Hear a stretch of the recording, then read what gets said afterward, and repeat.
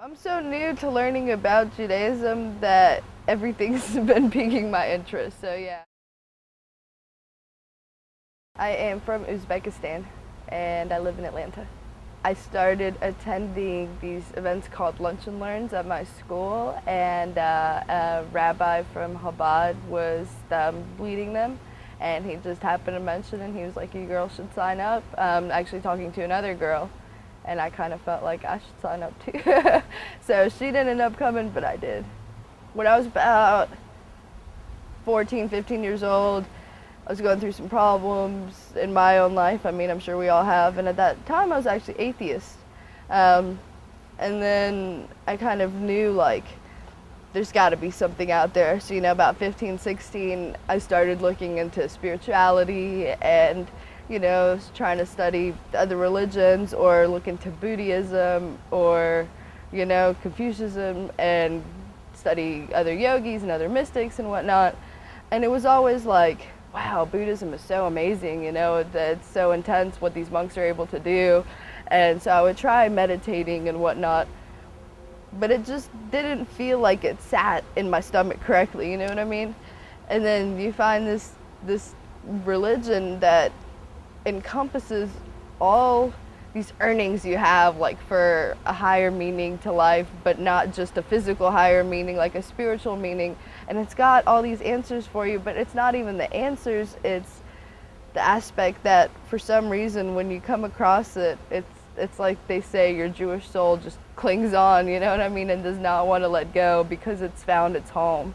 So, I've tried a lot of other outlets and to try to figure out what my role is in serving God, or what my role is in even trying to understand God, and none of them have just grabbed a hold of me and encompassed me and put a big blanket around me and said, like, here you are, this is the right place.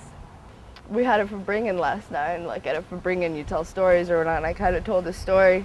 I went wave running yesterday, and when we first got out there, you're kind of like, before you even get out to where you can hit the gas, you have to be idle. So your boat moves without you controlling anything other than left or right or whatnot. And then you get out there and you rev it just a little bit. I've never been on a wave runner before, so you kind of rev it a little bit to see what it's got, and you're like, whoa, this is kind of cool, So then you like really hit the gas and it like jerks you forward, and you're like, whoa, this is kind of freaky, take a step back. And then by the end of it, the last 10, 15 minutes, you're like full on revving the gas, doing circles, going crazy. So to me, it kind of related like exactly where I was in my quest for being Jewish.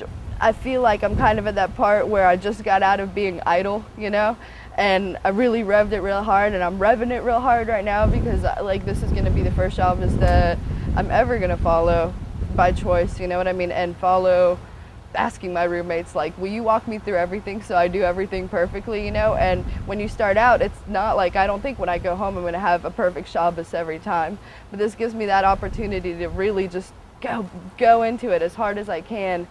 And then I think that when I come home, I'm going to take a step back, But it gave me that feeling when you really rev the gas, like it was really, really cool, but you're just kind of freaked out for a second, So I'm on my way, having a program like this that gives you the opportunity is on my way to helping me see what will be like in the future for me. So it's really neat to have that experience.